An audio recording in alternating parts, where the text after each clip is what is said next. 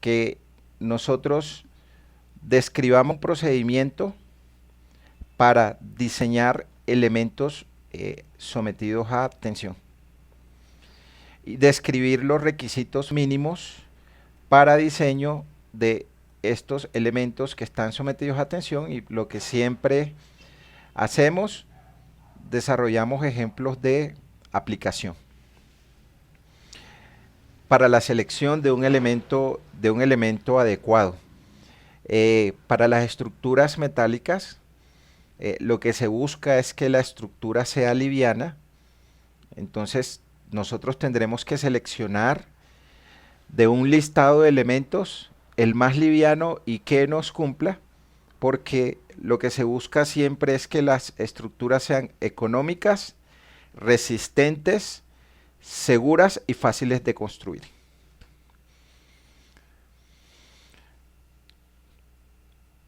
¿Qué debemos hacer nosotros para que seleccionemos un perfil adecuado que trabaje a tensión?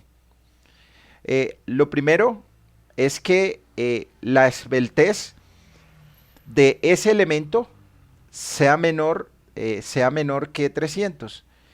Y la esbeltez es la relación que existe entre la longitud del elemento y el radio de giro. Más adelante está la definición. Entonces, lo que se busca es que mi esbeltez, que se define como K por L sobre R, sea menor o igual que 300. Esta es una recomendación que da la NSR 10 y que da la norma LRDFD o la norma AIS, pero no es camisa de fuerza porque es una recomendación.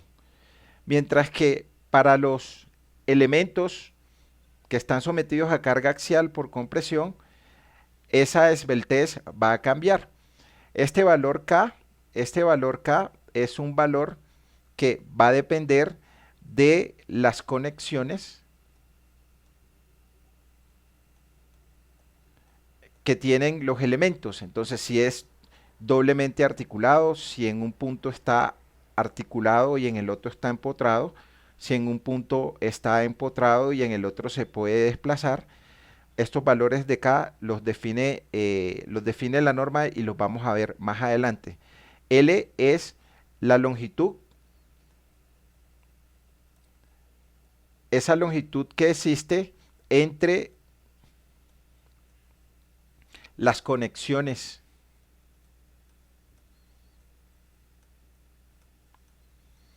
y R es el radio de giro.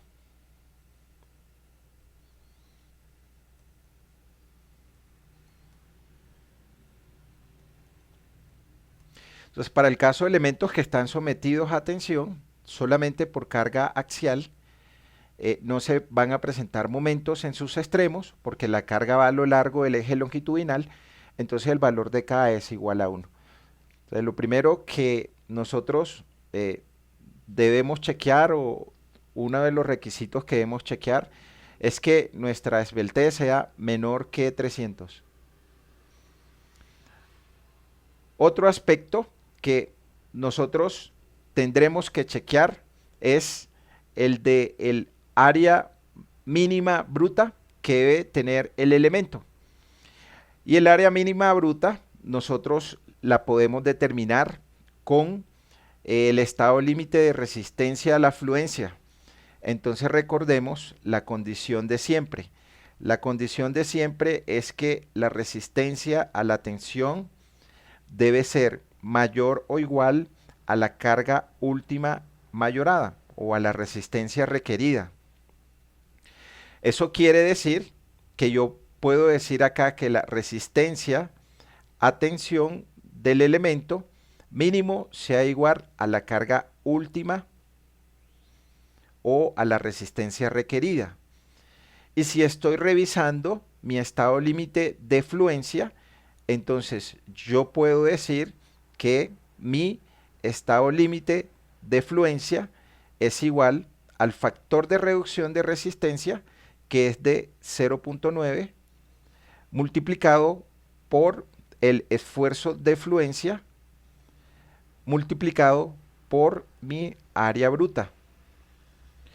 Eso significa que si yo despejo mi área bruta, entonces yo voy a tener por el estado límite de fluencia un área bruta mínima que yo tendré que colocarle a mi elemento, y esa área bruta mínima pues va a ser igual a la resistencia requerida o la carga última del mayor valor de las combinaciones de carga dividido entre 0.9 por el esfuerzo de fluencia. Entonces, ¿de dónde obtengo el valor de la carga última? Este valor de la carga última, pues yo lo tengo del análisis estructural de la estructura,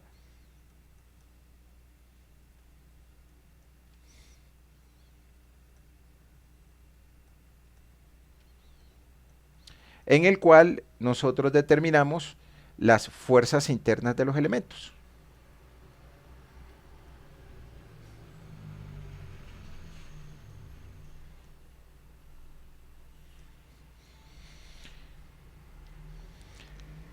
Pero también tendremos que determinar,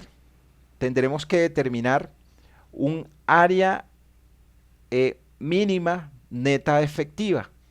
Entonces acá tendremos que revisar el estado límite de fractura, y nosotros sabemos que el estado límite de fractura va a ser igual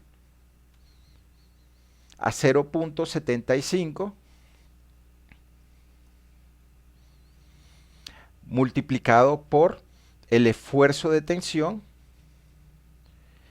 multiplicado por el área neta efectiva.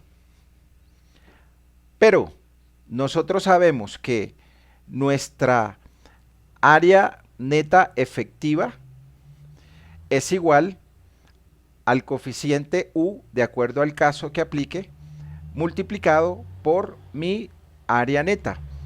Entonces, si yo reemplazo esta expresión de acá en esta fórmula de acá, nosotros vamos a tener que la carga última mínimo debe ser igual a la resistencia de diseño por fractura, que es de 0.75 multiplicado por el esfuerzo de tensión multiplicado por el área neta efectiva, que es igual a U multiplicado por mi área neta. Entonces, si nosotros despejamos nuestra área neta, nos quedará entonces que nuestra área neta tendrá que ser igual a mi carga última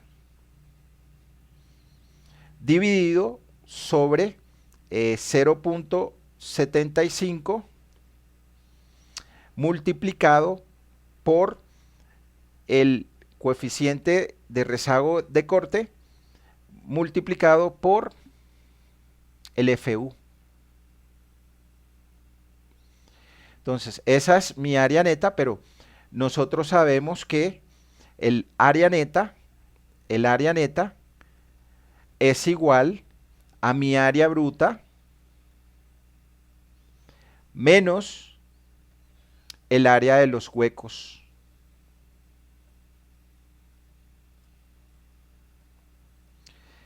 De las perforaciones cuando nosotros estamos utilizando tornillos. Entonces, eso significa que nosotros tendremos que colocar un área mínima que va a ser igual a mi área neta más mi área de los huecos. Pero ya sabemos de esta expresión de acá que mi área neta es esto que está aquí. Entonces, por el estado límite de fractura, nosotros tendremos que chequear un área mínima cuando ya hemos chequeado en principio un área bruta en el estado límite de fluencia. Es decir, que en últimas, esta expresión de acá, nosotros tendremos que chequear dos áreas.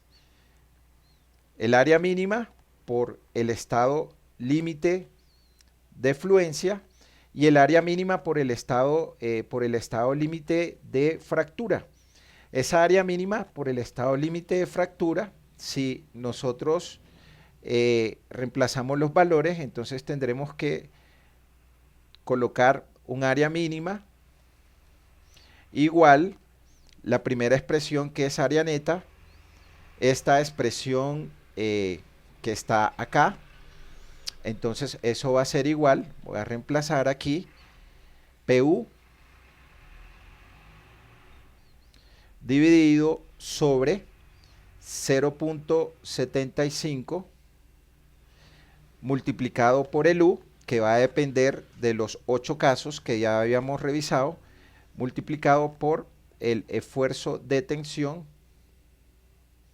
más el área de los huecos.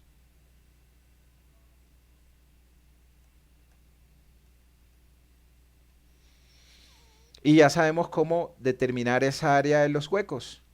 El número de huecos multiplicado por el espesor que tenga el elemento, llámese perfil W, WT, S, ángulos dobles, el que sea, multiplicado por un octavo, que es la gabela, más el diámetro del perno que nosotros estemos colocando. Entonces tendremos que chequear estas dos áreas mínimas que está acá, pero nuestro punto de partida es que nosotros tendremos que colocar un área mínima por el estado límite de fluencia, y con esa área mínima del estado límite de fluencia pasamos luego a determinar cuál es el área mínima del estado límite de fractura, y de las dos tendremos que verificar que se cumpla el área mayor. Y de esa manera seleccionamos el perfil adecuado que trabaja a tensión. Ya el procedimiento que viene es chequear que ese perfil me cumpla con la resistencia requerida de diseño una vez que yo lo seleccione. Ese es el procedimiento para la selección de un elemento adecuado que trabaje a tensión. Y puede convertirse en un proceso iterativo, porque seleccionamos un perfil y no nos podrá cumplir de pronto por el radio de giro, o no nos podrá cumplir por los estados límites de resistencia que mencionaba al principio. Entonces, bueno, aquí está el área mínima. Entonces este es mi aje mínimo que había mostrado arriba, por el área, por el estado límite de fractura. Esta formulita que ya había escrito aquí arriba. También se debe determinar, ya lo había mencionado, la resistencia del bloque de corte, una vez que nosotros conozcamos la distribución de las perforaciones y validar la relación de esbeltez.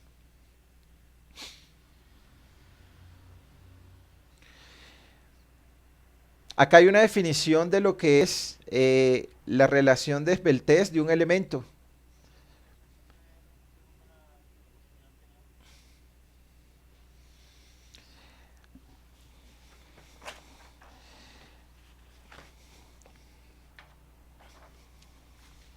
Entonces, esa validación de la relación de esbeltez es un límite de la recomendación que nos impone la norma de un valor máximo para que se considere una rigidez adecuada de los elementos que están trabajando a tensión. Por eso por eso las normas de diseño nos dan esa recomendación. La recomendación que nos da la norma LRFD, la norma AIS, es la misma recomendación que nos da la NSR 10, de que la relación de esbeltez sea menor que 300. Y ya lo mencionaba, es la relación que existe entre la longitud y el radio de giro que tenga ese elemento. Es el valor máximo de relación de esbeltez que nos recomienda la norma colocar cuando nosotros estamos diseñando un elemento a tensión. Pero cambia cuando estamos diseñando un elemento a compresión, que solamente están trabajando a tensión o a compresión. Hasta ahí nosotros no tenemos esfuerzos combinados, solamente hemos revisado hasta el momento tensión y pasaremos a revisar luego compresión. Y con eso ya nosotros podremos diseñar o seleccionar los elementos adecuados de una cercha que va a ser nuestra primera entrega del primer avance, del proyecto. Entonces, ¿qué es la relación de esbeltez? Pues acá, lo vuelvo a decir, es el cociente entre la longitud no soportada y tu radio de giro. La longitud no soportada es la distancia que hay hasta los puntos de apoyo del elemento. Las especificaciones de acero presentan valores máximos de esta relación para miembros a tensión y para miembros a compresión. Entonces la esbeltez máxima a compresión es distinta a la esbeltez máxima a tensión. Y básicamente esa esbeltez la define la norma para prevenir que se presenten deflexiones laterales o vibraciones indeseables por el pandeo que tenga el elemento, que en el caso a la compresión es que funciona. Pandear es que el elemento saque una pipa, que el elemento haga esto. Esto es que el elemento se pandee. Yo tengo mi elemento en posición vertical y si a ese elemento yo le coloco unas cargas de compresión, entonces ese elemento trata de sacar una barriga. Ese es el pandeo y nosotros debemos colocar o debemos controlar una deflexión máxima por pandeo para los elementos que se diseñan a compresión. Y esos pandeos están asociados con la esbeltez que tenga el elemento. Entonces, como lo mencionaba,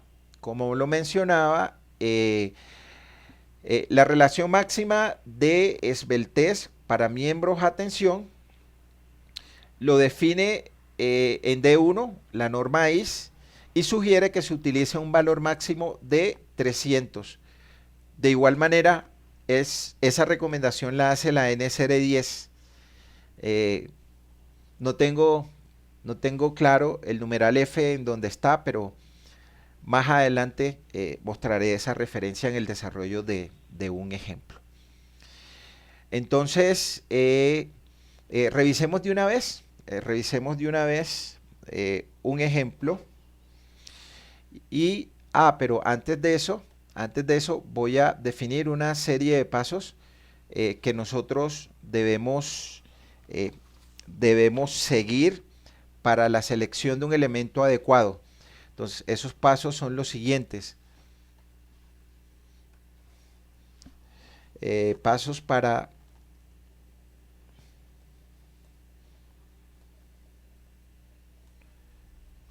la selección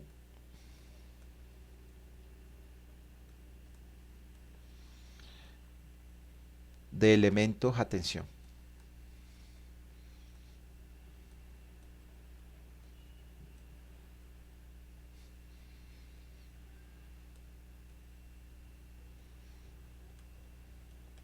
Entonces, lo primero que nosotros tendremos que hacer es determinar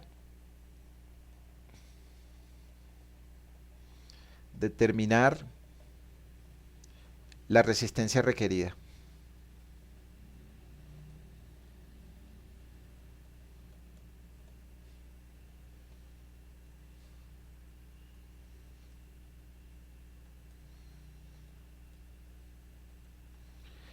que básicamente es chequear todas las combinaciones de carga, las cargas que apliquen y seleccionar el máximo valor. Nosotros tendremos que definir el tipo de acero a usar.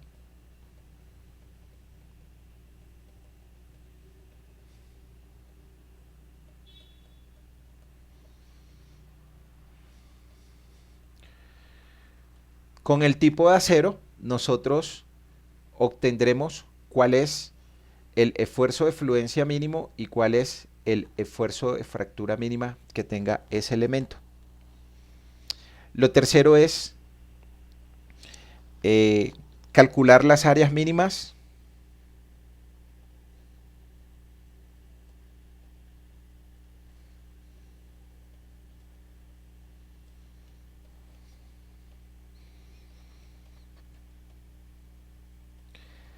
por fluencia y por fractura. Entonces, por fluencia,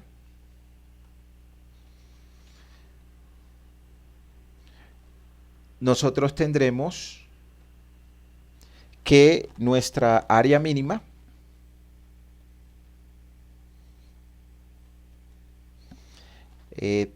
va a ser igual a la carga última o resistencia requerida actuante dividida sobre 0.9 multiplicado por FY.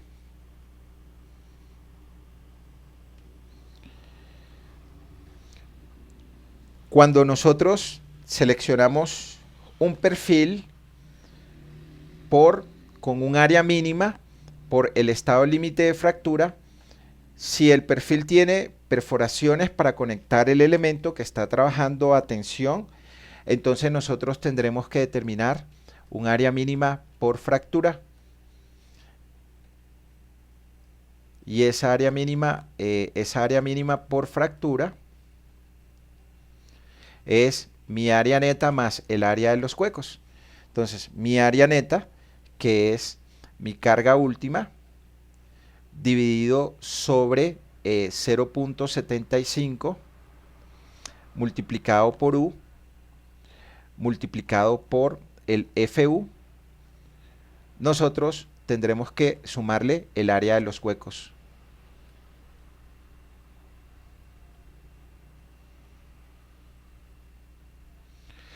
Eso implica que acá nosotros tengamos que definir el coeficiente U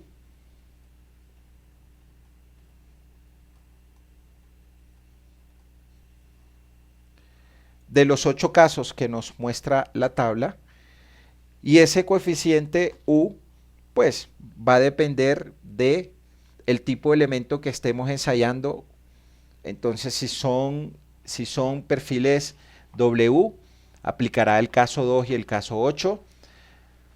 Si son perfiles W, caso 2 o caso 7, ángulos, caso 2 o caso 8, para poder tomar este valor de U y aplicarlo acá en la fórmula.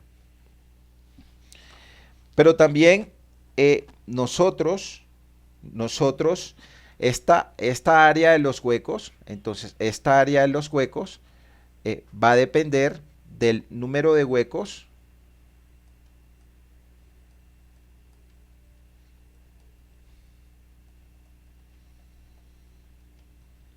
que va a estar multiplicado por el espesor que tenga el elemento y que va a estar multiplicado por el área del hueco. Entonces ya sabemos que el área del hueco es 1/8 de pulgada más el diámetro del perno que nosotros estemos utilizando.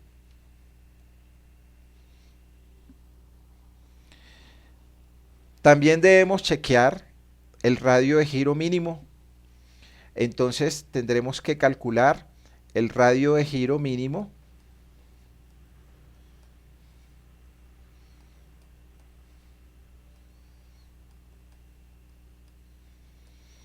y ese radio de giro mínimo nosotros lo calculamos como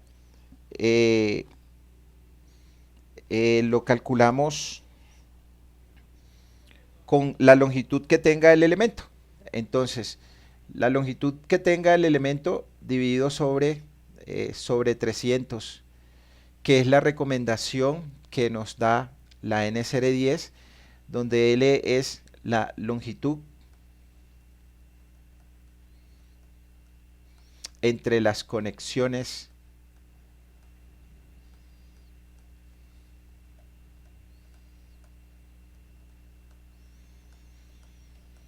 o algo que se elementa o algo que se denomina longitud no soportada. Por último, nosotros seleccionamos el perfil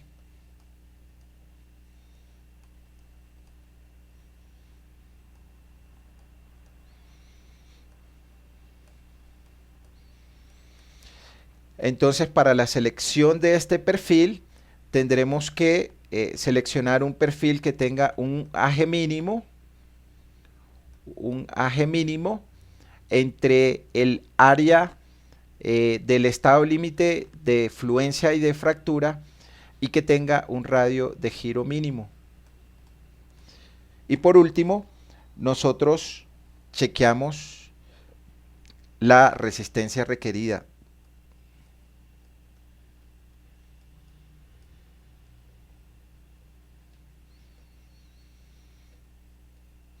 Que ya sabemos que esa resistencia requerida es el menor valor entre los tres estados de fluencia,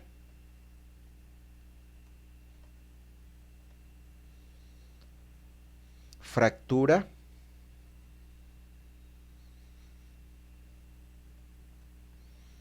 y bloque de corte.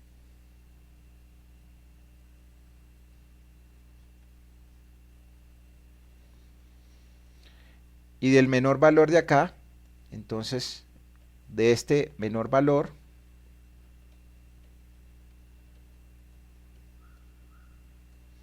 se debe cumplir que la resistencia a tensión del elemento seleccionado sea mayor que la carga última mayorada o la resistencia requerida. Esos son los